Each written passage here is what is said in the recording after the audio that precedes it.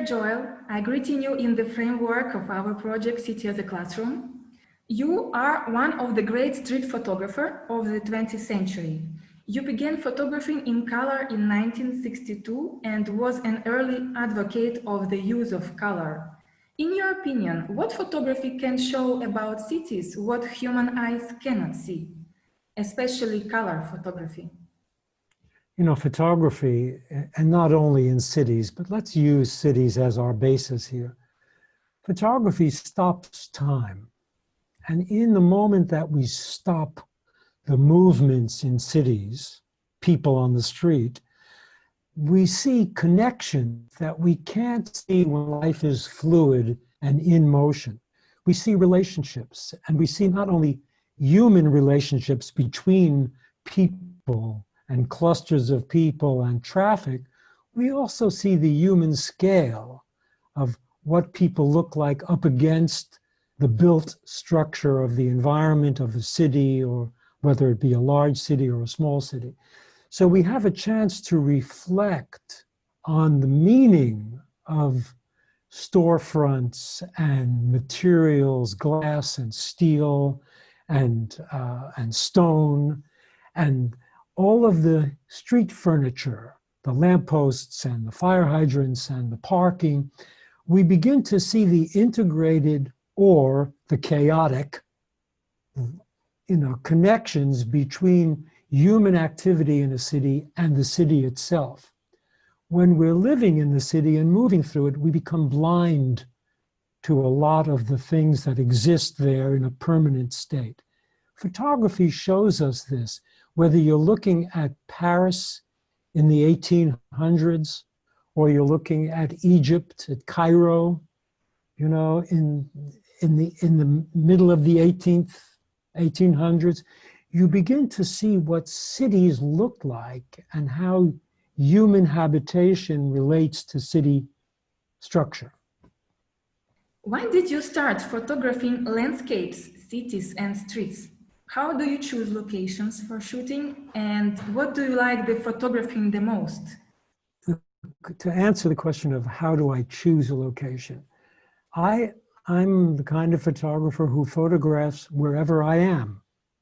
So wherever I find myself, I then look for myself in that place. What is it about the place that speaks to me? What rhythm do I feel by the emptiness of the space, or the fullness of the space, or the movement in the space? So I'm always trying to see through my camera, who am I today, wherever I find myself? Do I experience joy or sadness or lightness or drama? What are the emotions that are within me, that are brought out of me in relation to the things I look at? So I'm not someone who plans to go find anything.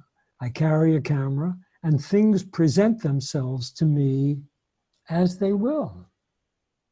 What do you like the photographing the most? Nowadays, there are 1 billion people on the planet that have a smartphone with a camera in it. When I began photographing, you had to buy a camera and carry it around with you. Most people didn't do that. Most people weren't interested in photography, right? A tiny percentage wanted to make photographs. Now everybody's making pictures. And so what I'm interested in is what kind of new vision is capable because of the smartphone. And I look on the internet periodically to see what people are seeing. And I find that for the most part, it's as boring as most people themselves are. People think in cliches, they photograph in cliches, they photograph the familiar things, their dog, their cat, their food, their babies. I mean, all that stuff is everyday stuff. But every once in a while, somebody finds a challenge, an interesting moment, a social or a cultural moment. And so what I'm interested in is seeing how people are actually inventing a new kind of 21st century photography. And I can't quite describe for you what they are because they're varied. Sometimes people, I mean, for example, during this period of, the coronavirus, many people in the lockdown, being at home. And sometimes there are incredibly beautiful essays about what life looks like in this restrained interior period we're living in. So I have seen things that are, in a way, recording this worldwide moment. This is something that we're all experiencing at the same time. And it's changing our culture, our sense of ourselves, our view of our government. So hopefully photography will begin to explore that and show us how we're living. It's an interesting viewpoint because I also spoke with Carol Highsmith. She's one of photographer of America. Yeah. And because she did a lot of pictures, she also said that she's like, do pictures because she really want to know how people looks like now, like memory, but visual memory. So it seems the same. Yeah, it's true. Well, as a matter of fact, there was a period of my life on the street where I was trying to photograph the deep space of the street, not just the people in front of me, but I found myself giving up the incident because most photography is based on a gesture or an interaction between people. That seems to be the storyline of the photograph. I wanted to give that up and see if I could photograph everything in the street, from the activity of people in front of me to the great depth of the avenues in New York or Paris or wherever, so that I would see the weather, I would see the materials of the buildings, I would see the flags waving, I would see the color of the light on the pavement. I wanted to say, this is the time that I'm photographing. And 50 years from now, when you look at these photographs, you'll be able to see what New York City looked and felt like in the middle of the 20th century. No, the last third of the 20th century, rather than just a good photograph. So I was trying to collect my field of vision so that all of the street was the content, not some moment within the street that became the content, but the overall field. And that was a very difficult thing to do because photographers of my generation believed in the moment, the decisive moment, where something caught your attention. And I was trying to push that aside to say, the city has a kind of dynamic that's very important. Dear Joel, your works truly gives the opportunity to learn and remember how things look like. Exactly what now you're telling. In your viewpoint, how photography can help to research cities? Oh no, photography is the greatest tool to research the flow of history. If you wanted to study, Sofia or Bucharest or Moscow or New York City, you could go into the archives and look at 100 years of photographs and decide for yourself what was, a turning point. When did the city become a modern city? Was it with the moment when they took down all the power lines and the phone lines that used to be in the middle of cities on wooden telephone poles? And one day the city government took them all down and buried them underneath the streets? Or was it when, they electrified cities? You will be able to see through the history of photography, these changes over time, as well as the fashion sense of the city. And I don't just mean a high fashion. I mean, when did horses and wagons leave and automobiles, come on the scene? For instance, if you look at pictures from the 1990s, you don't see people on cell phones. 25 years ago, you didn't see people walking around like this all day. Now, in every picture of the city, there are 100 people holding a cell phone next to their head. This is a moment when history has changed. So I think photography is the greatest tool for research to understand the growth of cities or the failure of cities and the evolution of culture. You was the only photographer unrestricted access to Ground Zero immediately following the attack on the World Trade Center on September 11.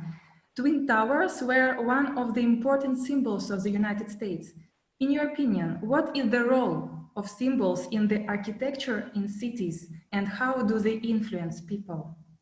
I think we have to consider that it doesn't happen that architecture is created to become symbolic. I think what happens is good architecture grows into becoming symbolic, you know, and that comes out of the gift of its form, the utility that it provides for any city, you know, the use of it by people, and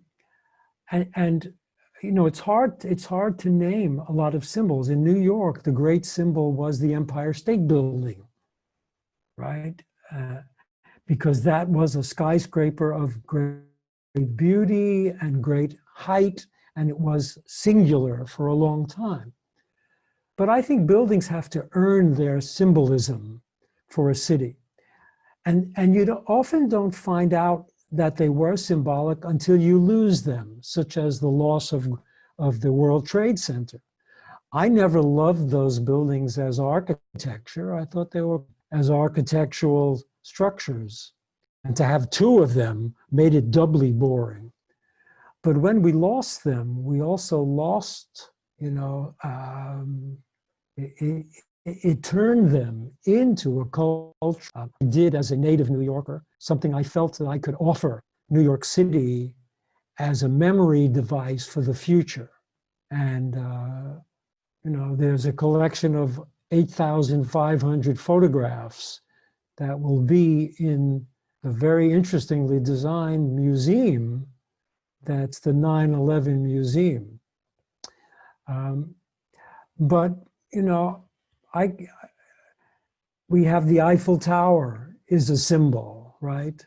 And in London now, besides Big Ben, there is the wheel.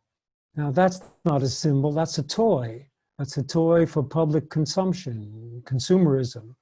So, you know, when did it happen that big toys became symbols in our cities? One photo can tell more than 1,000 words. As a photographer, what do you to convey people through your photography?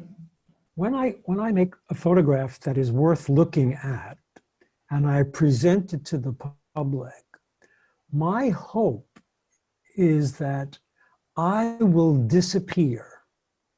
You won't see my hand or my skill or, you know, any construct from me. What you'll see is an entryway to an experience that I thought was important enough for me to record and to offer to the viewer as a gateway, as a portal into the experience, almost as if I presented a window or a doorway into this experience. I try to get out of the way of my photographs so that you, the viewer, can have an experience just as I did, except not in real life. But you can have it for you to consider what it means to you, to see, to look all over the frame, to see what you could discover for yourself. So I try to make an open-ended photograph that isn't too overly constructed and made into art too heavily.